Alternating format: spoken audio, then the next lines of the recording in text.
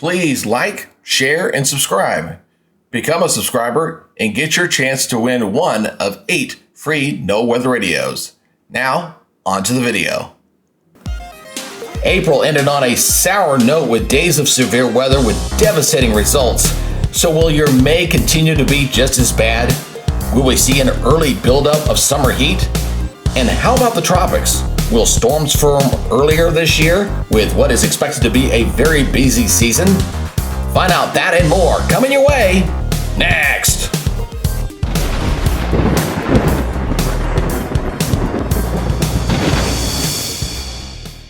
Welcome back, everybody, to the Weather Nerds YouTube channel. I'm your host, Greg Majeski, your personal weatherman. And before we get started, I first want to thank all the new subscribers to the channel. Thank you for coming on board.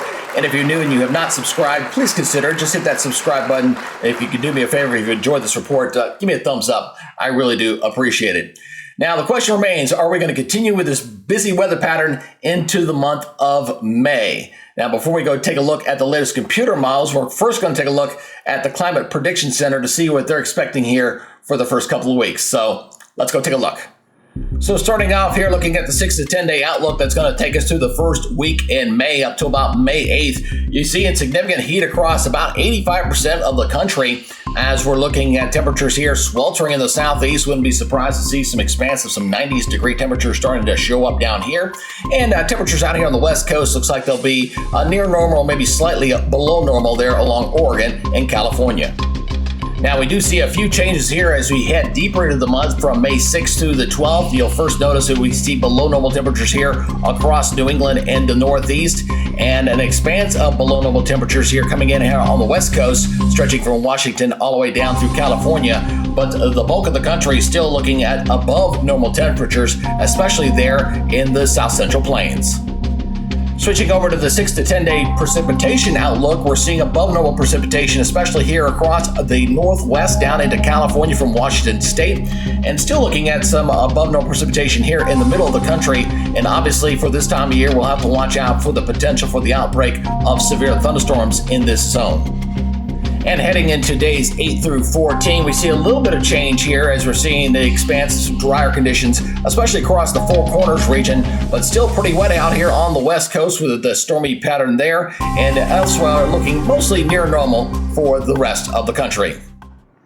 Now, shifting over here to the European model, the latest here, as we're looking late in the day here on your Monday, as we're watching this frontal system stretching from the Midwest into the Southeast, bringing in some rain and a few thunderstorms there. Now, what it's doing is running into a ridge of high pressure that's here off of the East Coast. So as this progresses off in this direction, it's going to lose its punch as we go forward into the future. So let me go ahead and zip on out of here and just watch where we're going to go forward here in time. You're going to see that moving off toward the east with that rain moving into New England, and then maybe a little bit of rain there getting into Georgia and into Kentucky. There's another weak system here across the high plains, and we'll have to watch up here as well with a few rain showers here across portions of, say, heading over toward Minnesota and into Iowa. Getting a few thunderstorms in here as well. But as we progress further into the future, as we go into the first itself, as we go throughout the day, we'll have to watch very closely in here as we go late in the afternoon. We may get some eruption of some severe weather to kind of get into this portion of the country. So we're zooming in here a little bit closer. You can see Kansas and then Nebraska could see some active weather here. In fact, as we pull out the day 3 outlook from the Storms Prediction Center, you can see we do have a slight risk here in this area. So we'll have to watch this very closely again for the eruption of some severe thunderstorms and maybe some isolated tornadoes. So I'll go ahead and continue to go forward here into time. As I go ahead and pull back out here again, we'll watch the area there continue into your Thursday morning with some of that rain moving up into Iowa and Nebraska. You've seen some of the storms there down into the south in toward the Texas area. So might see a little bit of thunderstorms down here to begin early in the day on your Thursday. And as we progress this forward again, that big ridge to the east, it's not making much of a progress there off toward the east. You notice that. We are just going to see some rains there and a few thunderstorms down toward Louisiana as we go throughout the day on Friday as that big low kind of moves itself up into Canada as we go forward. A little bit of a cool shot there. Noticing this here is the 540 line up in this way. So you are seeing a little bit some cooler air coming on the backside of this. That'll be coming up into the Dakotas and up into Minnesota as we go into your overnight period into Friday and into Saturday morning. So as we go continue to move into this upcoming weekend, it looks like heading into Saturday, might be dealing with some rain showers there and some wet weather continuing across some pockets there, stretching from, say, New York State down into Georgia, up along the eastern seaboard there. A little bit of activity here as well. And another storm system out here on the west coast bringing in some wet weather as well as we go into this upcoming weekend on Saturday. So if you got anything planned for this weekend for the eastern seaboard, looks like you may be dealing with some wet weather, especially across New England there as well, and maybe some scattered storms there across the central portion of the country there late in the day on Sunday. You notice the kind of an eruption of some storms there. We'll have to watch into this weekend to see if any of this out here will become severe, especially across Oklahoma as we head into the late afternoons on your Sunday.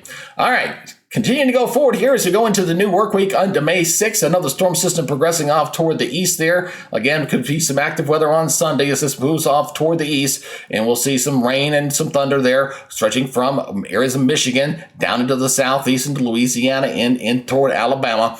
And this will continue to move up toward the north and east. It looks like things will begin to settle down a bit as we go throughout the day on Tuesday. That's on May 7th. And it looks like some storms there across the middle of the country there near Nebraska. We'll have to watch that closely, see if that's going to set up any severe weather in here as we go in throughout the day, say Tuesday into Wednesday. And as we go ahead and wrap this model run up here on your Wednesday, again, we're looking at some wet weather here across the mid-Atlantic into parts of the southeast, some wet weather here, and some storms that'll stretch back from Iowa, even getting in some rains across portions of Colorado and into Nebraska. Shifting over to the temperature outlook here as we're looking at our late in the day on Monday, the majority of the country is looking pretty mild. We've got a little cold shot here up across Minnesota. This area here is kind of retreating back up into Canada. And what we're going to watch as I bring this forward, you're going to watch for where we see the clashes of the air masses because it's going to be along those zones that we'll be watching closely for the potential, obviously, for severe weather as we're into the heart of severe weather season. So as I spin this forward, you're going to see as that cold air kind of retreats back up into Canada, most of the country here on our Tuesday is looking pretty mild indeed. In fact, some 90s down through Texas, not out of the question. Not looking too bad across the southeast and the Intermountain region, a little bit on the nippy side here on your Tuesday. Watch again as we watch that line there kind of setting up in here. You've seen the push of the cooler air coming down late in the day on your Tuesday and into Wednesday again. We'll watch for thunderstorms in there, especially as we go into Wednesday. Watch what happens as we go throughout the day on Wednesday. That heat and that cold air mass going to kind of run into each other, and that's why we're going to see that outbreak of potential severe weather here as we go into late in the day on your Wednesday. You kind of see the temperatures dropping off in there, but the thunderstorms expected to fire up from Kansas down in toward Texas. But again, look at the boundary there.